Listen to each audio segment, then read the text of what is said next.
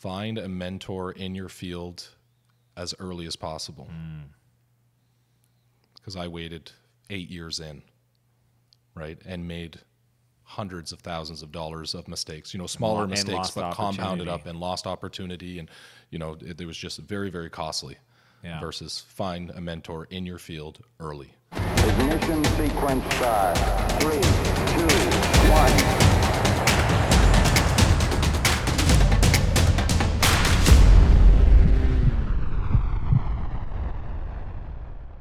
We're here with Pierre Martell, my brother. Usually I say my brother from another mother, but it's my true brother. How's it going, man? Good, buddy. How you doing? I'm doing amazing. I really appreciate you doing this. I know I get hit up all the time from people asking me, about you, about our family, about my background. So it's cool to have you on, share your story. For those that don't know, Pierre, what do you do? Like, what's your work? What is your... So I started a custom home building company 12 years ago called Martel Custom Homes, and we build custom homes throughout the province. Cool. Who's your perfect customer? Like, who would you love to get on a call with? I think our perfect customer, and it's changed over the years, but for the last 5-6 years have been, our avatar is Scott. He's 40. He's a professional. So, doctors, lawyers, business owners, that's typically our perfect customer. Got it. And, there's so much stuff I want to ask you. A lot of stuff I'm going to ask that I don't even know the answer to, which makes it a fun question. Why do you think we have such entrepreneurial genes in our family? I think it's just the upbringing. Going way back to our father running a fish and chip wagon, and we're peeling potatoes and cutting potatoes and working farmers markets, and just kind of, he still had a regular job. He didn't really want to take the risk with his own money aside from the chip wagon, but we were exposed to a lot of different entrepreneurial things when we were young, and free labor for our parents. It's interesting because I never even really considered that, but mom, when you say a chip wagon, food truck, today, food truck culture is a rave. We've been exposed to food trucks since we were like young teenagers, going to the market, seeing other people sell stuff. That's interesting. And then, so Mo, our other brother, is a property manager. He has a company. Sue is the one, kind of more the black sheep, where she doesn't like us even talking about business. And then pretty much all of our friends and a lot of family members are entrepreneurs as well. When did you first get the sense that you were going to own a business? So going back to that flea market with the food truck, I realized that there was half of the lineup. So there was always a lineup. They made great fish and chips, and that there was half of the lineup that only wanted to buy ice cold pop because it was in the summertime. It was really hot, and I think I was 7 or 8 years old, and I approached Dad and said, I want to set up a pop stand beside the chip wagon and just sell ice cold pop. So as a small, and I think I was cute kid, we'd go around months before and figure out who was selling pop on sale at the Jean Coutu and the pharmacies, and we would stock up and get hundreds and hundreds of cases of pop. And then I got this big barrel and just put ice in it, and literally in a day made like $300 as an 8-year-old. And I was like, this is amazing, right? Dude, you got me pumped right now that Max and Noah should be selling cans of stuff in a barrel with ice. Yeah, right. So why make lemonade? Right, exactly. And it was just like, and it was so like, you don't need to make the lemonade. You buy the prepackaged pop and you just sell it out the door really quick. Wholesale, and it actually retail. helped the sales on the chip wagon because the lineup became only fish and chips, and I was taking care of the pop. Dude, I didn't know that. Yeah, so I think that was number one. And then in that same weekend, as I was browsing around through this flea market, I found a guy that had old Coca-Cola Olympic pins from one of the Olympics. I forget what year it was, but Coca-Cola had sets. So when you bought cases of pop, you would get a pin, and there was a full box of these pins. And he was asking like $20, and again, I think I was pretty cute as an 8-year-old, so I was like, I'll give you $5. He said yes, so I went back and made sets and put them like in a cardboard and put it beside my pop stand and sold the sets for $20 a piece and made an additional, I think it was $400 or $500 as an 8-year-old in one weekend alongside of selling the pop. So I think I was hooked from that point on. That was that. Yeah. And it's interesting because in both cases, you didn't make the product, which I love. Like No. It was quicker, faster, still great margins, less moving parts. And I remember like early on you bought, I don't know, how old were you when you bought your first car? So when I bought my first car, I like was 12, I believe. Yeah. And before and the reason I did that is Dad always told us you'll never drive any of our vehicles. So I figured I'd have to buy a car at the right price, fix it up, sell it, and keep doing that until the day I was 16, where I could actually have my own vehicle and it'd be paid for. So I bought and sold 13 or 14 vehicles before the day I turned 16, and I finally had kind of a nicer, it was still old, but was it a nice Mustang? Mustang. Yeah. Dude, it was crazy. Nice I remember Mustang, almost dying in that It was thing. paid for, and it was all paid for by buying and selling. Buying and selling cars. Oh, I remember. Yeah. Wow. So I mean, you've always. It's interesting. Like, now that I see it, a lot of people watching this. Obviously, as a young kid, I was in and around, not around, in a lot of trouble. So some of these stories are kind of new to me. What have you learned about being an entrepreneur that going through all those experiences? How does that show up today in regards to how you build companies or how you grow your business? I think I say this often, I credit the street smarts way more than the book smarts. And what I mean by that is just pure hustle. Yeah. It's just, you are going to do whatever it takes to survive, whatever it takes to get to the next level. And you will just, if you're willing to hustle and grind harder than the next person. And I mean, with time, you realize it's not necessarily always harder, it's smarter. So the hard hustle became a smarter hustle, but it's definitely goes back to the roots of just doing whatever it takes, right? Buying those pins, having an idea and making a display, and just really, as an 8-year-old, getting out of your comfort zone and hustling at the flea market saying Olympic pins, screaming and hollering and getting these people into your booth, where a lot of other 8-year-olds would have been kind of shy and reserved and, maybe put a sign up, but wait till people approach them. It was very outgoing, trying to pull people in. Yeah, push on the market. In the market you serve, you're one of the fastest growing, largest home builders around Atlantic Canada, I think multiple cities at this point. What are things, when you talked about, smarter, not harder, what are things that you used to do that if you look at today, you kind of laugh, like, I can't believe I used to do that you don't do anymore, just from a smarter point of view? I think the first thing that comes to mind was in the early days, because we had no brand, we had no reputation, we were truly, and I don't know that there was much we could have done differently, but we were truly competing on price. And when you're competing on price and you don't necessarily have the full margin to, almost even complete the job, you're almost breaking even. You're just working like crazy. You're working in circles to find out at the end of the year that, you pretty much broke even. So that's not working smarter at all. It's definitely working harder, but it allowed us to get more customers fast and not necessarily make the money we wanted to make in the first, I'd say 3 to 4 years, but we got a lot of customers really volume, fast, name brand, did a really good job, created the brand, and then started bringing our margins up where we needed to. So now, and then by doing that, you can afford a team, and then by affording a team, you're working much smarter, not as hard. And what are things from a team point of view that you used to do yourself that now you leverage your team for? That everything. So some people don't even understand this concept. Everything. What are some of those examples? What are the low-hanging fruits for people? I mean, year 1 through 3, it was absolutely everything. I mean, we, I hired a master carpenter because I wasn't a home builder. I was very well versed in renovations.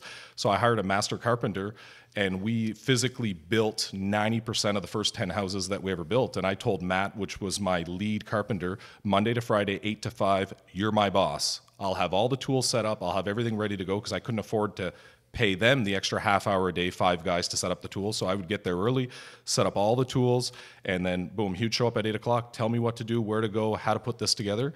And then, at 5:30, whenever we closed, everybody would be full throttle working and say, okay, boys, go home. And I would pack everything up, roll up all the cords, do everything. So, I mean, it was from the sales, the paperwork, physically on site. It was absolutely everything. And then you fast forward to today, because I love doing sales, I still do the sales for Greater Moncton, and I have area managers for 4 other cities that do the sales, and absolutely everything else. I have amazing employees that do everything else. That's incredible. So essentially you've learned how to trade, buy back time by trading dollars. And look, we didn't prep for this conversation, but I'm just curious, I share everything online, but you're my brother, so you see behind the scenes. What do you think, if somebody asked you the question, what's it like being Dan's brother? How do you answer that? And I could be opening myself up to a can of worms, but... I mean, people ask me all the time, and it's for me, it's extremely motivating because for people that don't know you, you think globally, world class all the time, and I think that's what helped me in the early days of home building. You know, I was thinking, geez, the biggest builder around here is doing X number of houses. If I could get close to that, that'd be like comfortable. And you're looking at me going, dude, what are you doing, right? Like. Come with me. And I think we jumped on a plane and went to Calgary and did a benchmarking trip and met with a builder that did like 800 or 900 homes a year.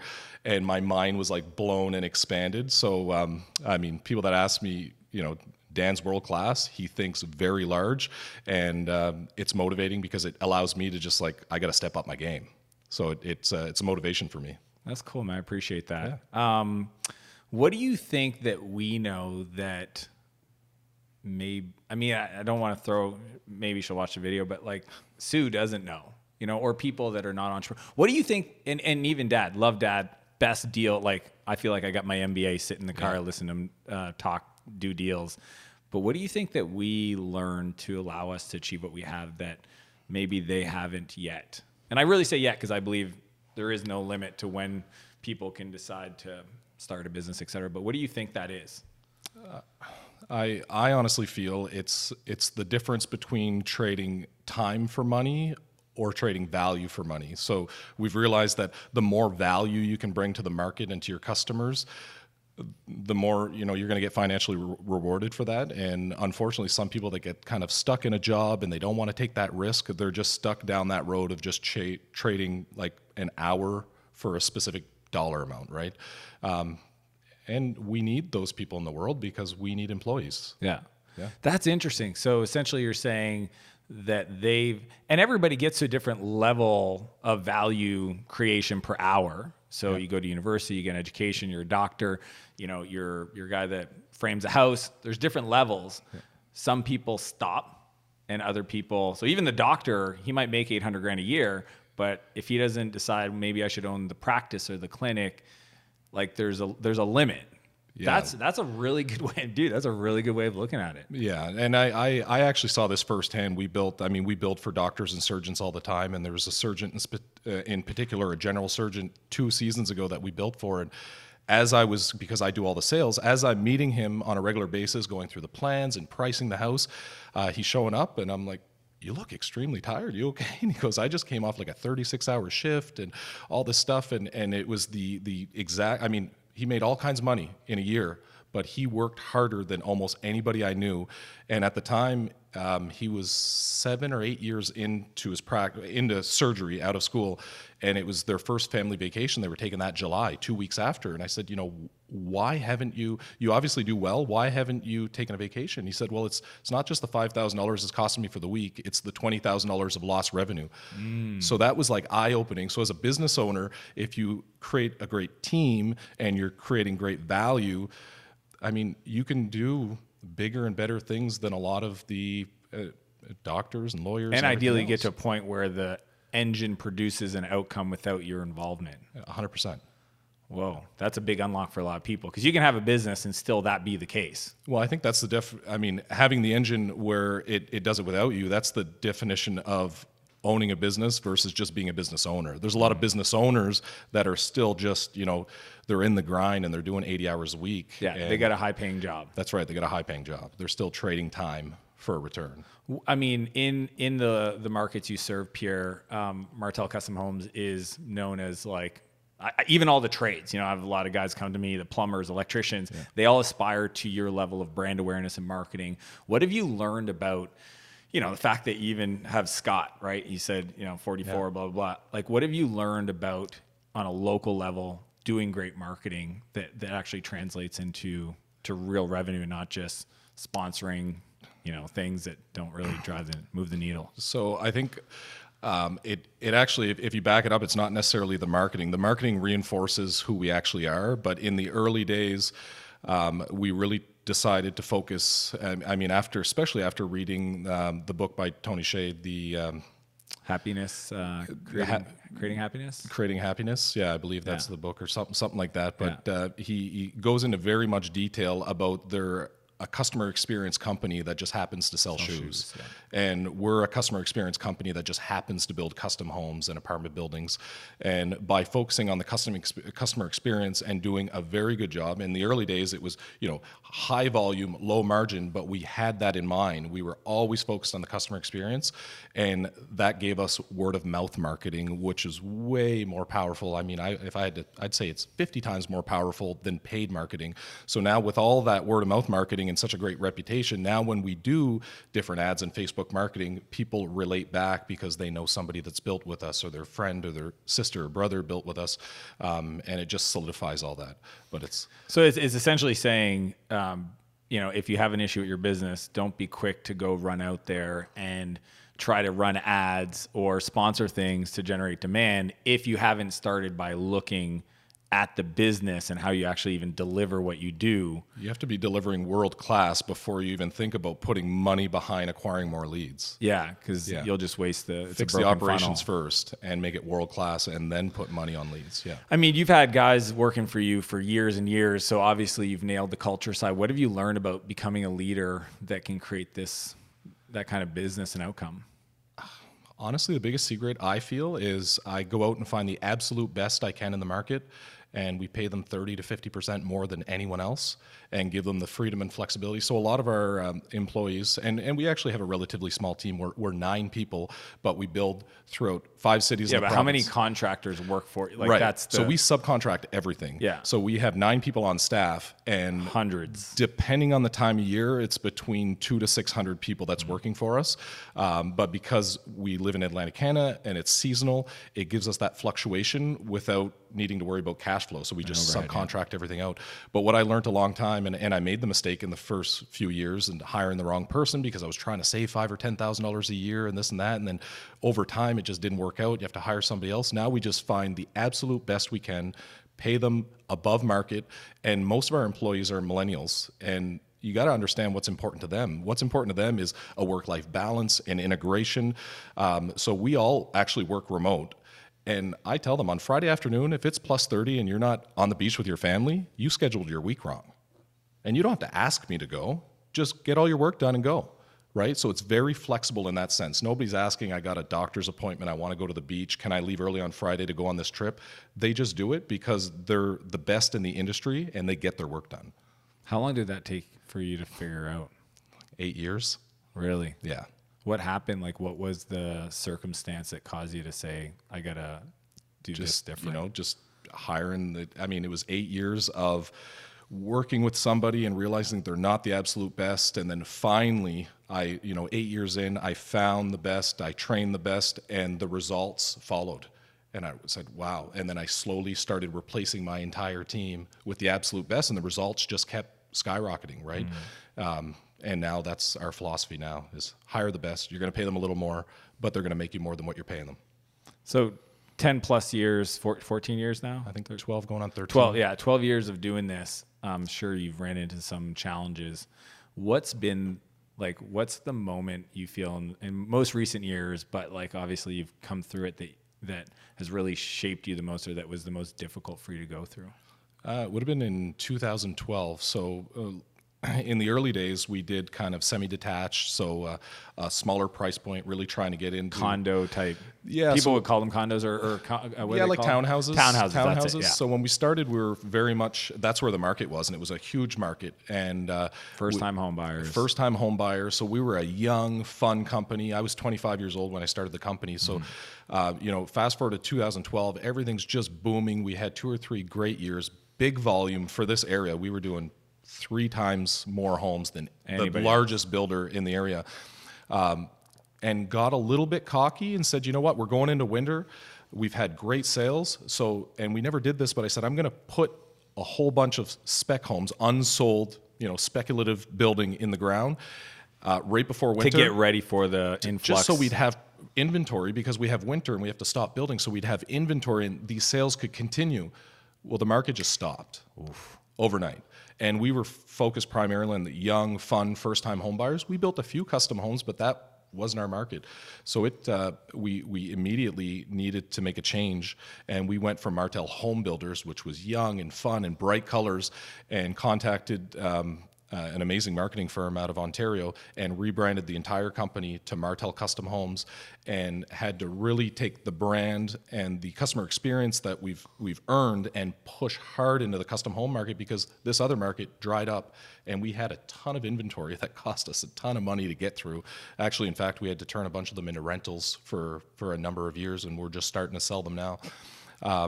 And there was about a 2-year period while we kind of reinvented ourselves and started focusing down the custom home market before we really gelled with it and took off, right? You know, at that time, building a $450,000 house for us was intimidating, because that's not what we were doing. We were doing these townhouses, these row houses.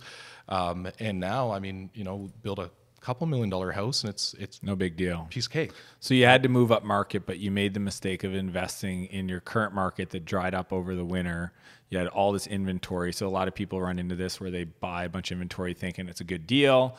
I'll take some money, buy some inventory, I'll sell it over the next couple of years. You know, if you were into fidget spinners not too long ago and you and you loaded up, you might have been in a world of pain. But what did you learn about yourself? Like, what did you discover? What did you have to do to get through that? I think it goes back to the absolute hustle, because it was such a tough time that I feel a lot of people might have just thrown in the towel and said, okay, because we had to reinvent the entire business. So it was like we just sat down and brainstormed. Well, I just sat down and brainstormed and said, what do we need to do? What market is still moving? And the only part of the market that was still moving was the professionals, that even in a down market, if they said, you know, a business owner says, I want to build a house, I'm going to build a house, right? So it was the learning. I mean, there's all kinds of learning, but it really, what got us through it was just that hustle. It was just, I'm going to do whatever it takes. Objectively look at. Well, yeah, there's one part of the market that's still moving. That's still the buying. only part of the market Still that buyer. I need to be in right now. And how do we get there? Well, our whole brand was young, fun. First-time home buyers. First-time home buyers. So we had to rebrand, change the messaging, Move change the upmarket. website. So as everything's crashing and we've got all this inventory and it's costing us a ton of money, I had to double down and invest in a marketing big firm money, to rebrand. a full rebrand. Yeah. And New site, new name, new right. logo, So it new was just signage. everything. Wrap the trucks, everything, right? I mean, we're talking huge investment, but it got us through it, right? So instead of kind of bunkering down and continuing to do the same thing, we had to reinvent ourselves and do a full 180 and invest money in a time where, you know, cash was going out, but nothing was coming in. And we had to double down and just trust that if we hustled through all this, it would work out. What's your process for dealing with those moments? Like, I mean, because there's challenges that are always coming. I'm sure there's still challenges that show up in your life. But what's your go-to? Like, if somebody comes to you and says, hey, man, I'm going through a tough time, what's your prescription for them? I mean, going through a tough time, you just got to really think down. I mean, the person I usually go to is you. And I if you remember, I was like, Dan, this is what's going on. What Totally. the hell do I need to do, right? But when people come to me and say, you know, I'm going through this tough time, it's just go back to your roots, figure out what part of the market might be growing and go in that direction versus, you know, a lot of people get stuck in this wheelhouse of just doing the same thing all the time. They almost get complacent. Mm-hmm. You know, they're almost not even growing anymore. They're stuck in this. They're not innovating around their spot. product. They're not innovating. They're not doing things. So it's really just, is that the right product you're even supposed to be in? I'm not saying change industries, but look at where other products or other services might be growing, and if it complements what you're doing, go down that road and do a some of pivot's those not things. a throw it away and restart. Right. It's 1 foot firmly planted and twisting a little bit, right? Like a basketball pivot. So obviously, you know, we talk a lot about business. It's what I love, you know, the most to talk about, as you know. But if people don't have that, like, what are your suggestions for them? If they don't have a brother that, I would suggest for them, and I've done this, is find the best person doing a similar business in a non-competing market and reach out to them. So unpack that a bit. Like for me, what I did is there's a gentleman in Nashville that does, you know, he's the 17th largest home builder in the USA, and what that means is, you know, he builds 1,000 plus, almost 900 homes a year. Yeah. and it's crazy. These guys are so willing to help if you ask, right? So I met a sales girl at a conference. I said, would your owner be willing? We flew down to Nashville. We did a benchmarking trip. Now I talked to this guy, and some of the challenges that we have when I say, you know, how would you position this? How would you get through this? You know, we're doing a land development now that we've never done. He does all kinds. Ask him questions. He goes, oh, and it's experience. He says, no, don't do that. Do this, and this is why. That would have cost me $100,000 to learn on my own, right? So it's really finding the best in a very similar business but a different market, and because they'll be open to there's not competition. They want to help, right? Most business owners want to help I'll tell you, they want to help if the advice they're giving you, you take action on and you give them feedback. And how did you do that for him? Every time, I've talked to him 6 or 7 times in the last couple of years. He gave me some advice. I would thank him, go back, implement it, and within 2 or 3 weeks, when I would see what happens, I would send him a description of everything that happened, why it happened, and re-thank him again for the advice. And and then he's like super proud and he's feeling like he's helping. So don't just ask for advice and then leave them in the dark. Give them feedback on how it helped you and how it changed, and then they're more open and willing to give more advice moving forward. Because if you just ping them every time for advice and don't give them a feedback loop, eventually he's going to feel like, well, it's single-sided. Yeah, it's like one-sided. He doesn't even know if what he's telling you is working or not working, or right. And he doesn't want to take the time to give you advice if you're not actually going to take it. There's some business owners that I know that'll ask me for advice, and they're smaller businesses, and I've been there, done that. And not to say my advice is the best, but it's like, do this or that and do it really quick or you'll be out of business. And then they decide to do something totally different. And unfortunately, they usually go out of business. Like, you tell them the advice and they don't do anything. It's frustrating. Right. They just do something totally different. And then it's like, well, I probably don't want to give them any more advice because they're not doing anything even in line with what I'm saying. Totally. What, if you look at your daily routine today, even going back 5 years, even maybe not the beginning, because there's always like lack of resources and you got to do things you normally wouldn't do at the beginning. But 2011, prior to going through that challenge and then rebuilding the business, what's the difference between those 2 days? In the early days, I was, we didn't have, in the super early days, we didn't have the resources to hire the employees. But after you get some money, like what's the routines, rituals, habits that you feel you've adopted to allow you to continue performing at the level you're doing now? So even 2011, 2012, I was still very, very active on a day-to-day, being kind of what I call reactive versus proactive. And I would say the biggest shift between then and now is now I'm looking at larger projects and more strategic. So I still do all the sales, which, takes up 10 to 15 hours of my week. And then aside from that, it's really strategy. Where are we going to build this next development, this next multi-unit, stuff like that, not necessarily involved on a day-to-day with just the housing specifically. So I spend a lot of my week on strategy, more high-level stuff, which is a lot of fun, but can also be a little lonely at times because you're kind of alone in the office versus being beside your team, right? Building, yeah. So it's definitely a discipline. What about on the personal side? Because I know you have an incredible relationship with Jess and your two girls. Yeah. So on the personal side, I get to spend a lot more time with my family. I've got 2 girls, 5 and 7, and a beautiful wife, and we travel a lot.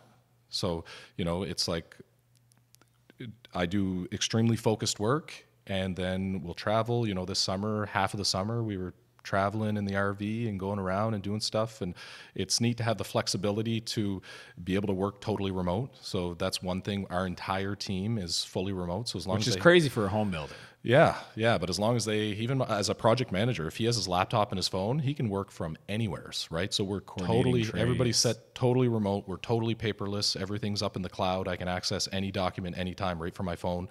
Mm-hmm. So it allows me that flexibility that when the kids are off school, I want to spend some time with them, I can.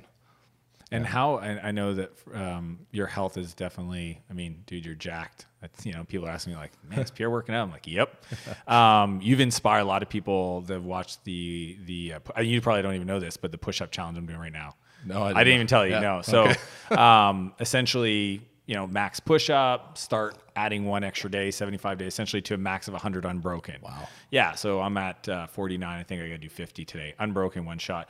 Because you told me you did. So I do 200 push-ups every day. And I was like, oh, shit. But I don't do it unbroken. No, I know. I mean, that would be bananas. But it was still just inspiring to know that even on vacation, because we were working out and traveling, and you just crushed me in a CrossFit workout. How has that impacted, your energy levels or, the way you work or? So it's been amazing. So going back to when I started was 3 years ago when you came to my house down the street and said, dude, you need to come to CrossFit with me. And I had like a little bit of a beer belly. Little dad bod going on. Yeah. And literally 2 weeks later started CrossFit, and I was always at the bottom of the chart every single time, but held through. And then after about a year of that, I actually hurt my back a couple times. So I started going to the gym and lifting weights, and got into pretty much the best shape of my the best shape of my life. And I find going to the gym and lifting weights is almost therapeutic at this point. So I kind of got into the routine. I've been doing it religiously 5-6 days a week for 2 years now.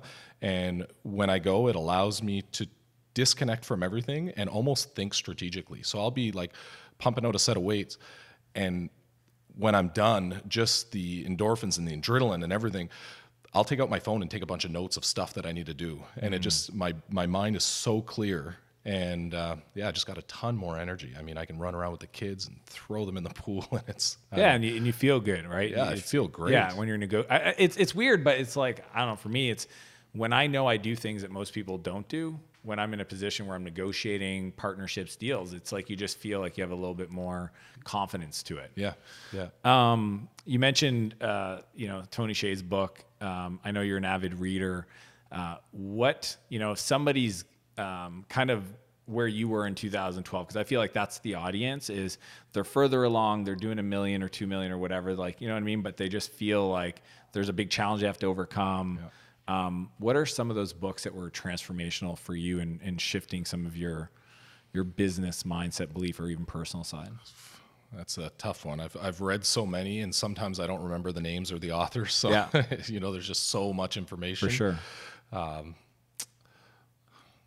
There was one recently, and it was the two Navy SEALs that wrote it. David Goggins? Or no, it was Jocko Willink. Yeah. What's his book called? I don't know what it's called. Jocko, I'm so sorry. Right, so I don't know most of the authors or the names. I don't remember that stuff. I just remember the content. Yeah.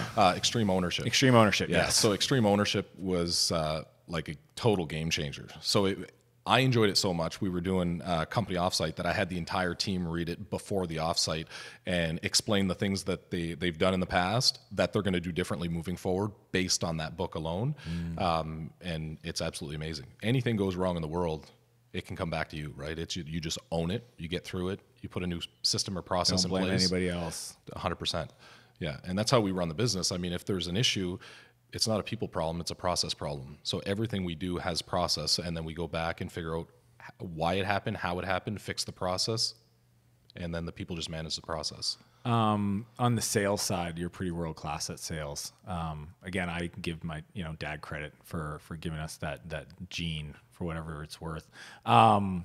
What have you learned about selling that you feel makes you, what's your mindset? I think you've got a call right after this. You said, I gotta get on a call with a customer. What do you think to yourself before you get on the call? So I do a few different things. So I do sales, and then we make deals, right? So there's and even part of the sale is making a deal, and the definition of a good deal is creating a win-win environment in the end, right? So I like that you separate. Yeah, it's definitely. I Selling? mean, there's a sale, but part of the sale is getting to a deal, and the deal is creating a win-win that everybody feels extremely happy walking out of the room. So, I mean, going into a sales call or a sales meeting or a sit-down, I mean, most of our sales, we do a 15-minute call even before we sit down just to kind of pre-qualify, just to maximize my time. But going into that meeting, I'm going into a place of service. I'm not going in trying to, I'm going to make X amount of dollars and build your house. I'm like, I know we have the best process and the best team and the best subcontractors in the market to give you the absolute best quality home with an amazing experience. And I want to give you that value, right? So I go in there excited, like I'm going to help you. Not I want to sell you, I want to help you, because I truly do want to help them. And it just leads to, a great bond, and then hopefully everything lines up, and then yes, we want to use you, and then we build their home, and then my team does a great job delivering it on the experience side. So that's on the sales side. What have you learned about deal making? That's the funnest part of what I do, because I mean, I'm negotiating on not just Land, with customers. there's land, there's developers, contractors. There's we're doing an exclusive community right now in partnership with a land developer.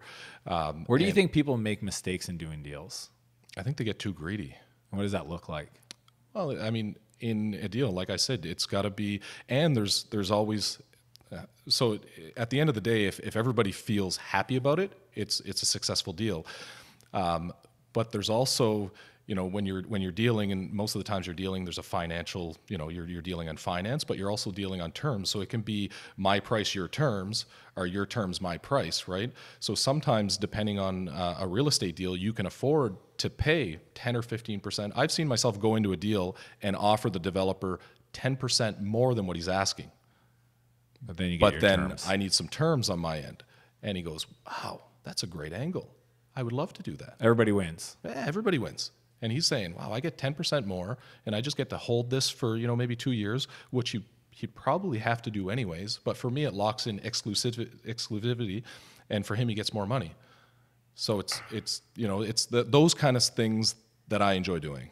And word of mouth obviously works in your favor or against you if you've got a good brand reputation, especially in the local. That's what I've discovered is it's hilarious how many people have a negative brand reputation. Maybe they don't even know. I'm assuming they know, but like locks them out of deals. I call it the invisible door. Absolutely. Like it shuts on them and they don't even know it's shut because they don't even see it. Are you extra sensitive to that? Like, do you feel like that's something that you're always asking yourself, like, is there a perception thing you're always evaluating? You've got your team now out there doing stuff in the market, so you may not even be there. Like, it's either going to, how do you think about your reputation? Personally, I'm super sensitive about that stuff, and I believe that it comes down to true integrity. And integrity, my definition is doing the right thing when nobody's looking, right? With our subcontractors, we have to keep them engaged and happy and very fair, right? To get them to come back to work and pay them right away. With our customers, we got to deliver what we said we were going to deliver. So that for us, we always do the right thing regardless of the situation. Even if if there's an issue and it costs money, we don't try to weasel our way out just because there's money. If we caused it, we fix it, right? Mm-hmm. Every single time. And we've done that from the beginning. Our team has the same core values because I tell them, did we cause that? Yes, just fix it, right? There's no question. Just deal with it and do the right thing all the time. What's the most expensive thing somebody else in your team was involved in? It was probably last year where one of my project managers unfortunately set the foundation in the wrong orientation on a lot. What was that cost? I don't know. It was probably $50,000-$60,000.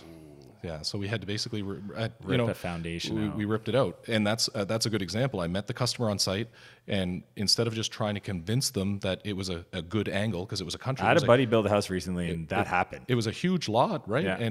But they really wanted like this almost awkward angle, and my project manager it almost didn't make sense. So he kind of measured wrong and still gave them an angle, but where he thought it would be, because what they wanted almost seemed excessive. But when I met them on site and they said, the reason we wanted this is because of this, and this view from this window. And I just looked at them and I said, guys, I'm not here to convince you to keep it. If you want that angle, we're going to do it. Wow. And I just want you to think about that, because they were even telling me, I think we can leave it. Maybe we can live with it. And I said, I want you to be 110%. So you think about it. And if you want that angle, you're going to get the angle.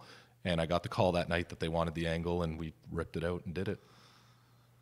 Holy moly, dude. I've had $10,000 problems, challenges. That's always a bummer. What would the Pierre Martell of today say to the 20-year-old Pierre Martell? If you could go back and give him advice. I'd say find a mentor in your field as early as possible. Because I waited 8 years in, right, and made hundreds of thousands of dollars of mistakes, smaller mistakes, but compounded up, and lost opportunity. And, it was just very, very costly versus find a mentor in your field early. And I know you were involved in a couple entrepreneurial programs. What was the value you received from being part of those groups? And I know I think you still travel with them and stuff. I mean, huge value, because we're a round table of, we started as, I think 12 different businesses in total non-competing fields. And through that time, so we've been together 10 years now, the same group. And over that time frame, unfortunately, 3 people went out of business, and you got to understand exactly what went wrong. That they still show up and share. They still show up and share, and you get more learnings from when stuff goes wrong, as we all know, than when stuff's going good, right? And then there's been, I think 4 that have sold their businesses, right? And we would meet every quarter, and they'd give us updates. This is what I'm doing to position. These are my potential buyers. I'm working with this broker. So you really get to learn, what does it take? And if you're thinking of selling a business, I've realized, well, you really got to start thinking about it 3 to 4 years before you sell, and really clean up your books and do this and do that. And there's a whole bunch of different points that I would have never learned if I wasn't part of that group, until I went to do it myself, and probably would have made some mistakes. Right? So it's on both ends, and then everything in between. The in-between stuff's not as impactful, but when somebody's going out of business and why, or somebody's selling their business, you learn a lot. Really good data points.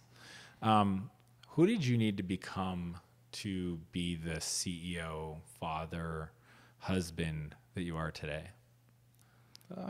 I think I didn't have the patience I should have had in the beginning, right? I was very quick to, almost like scream at people when they made mistakes, because I could do it better. And I've realized over the years that having somebody do something 95% as good as you, but allowing you to leverage your time, is better than me doing everything.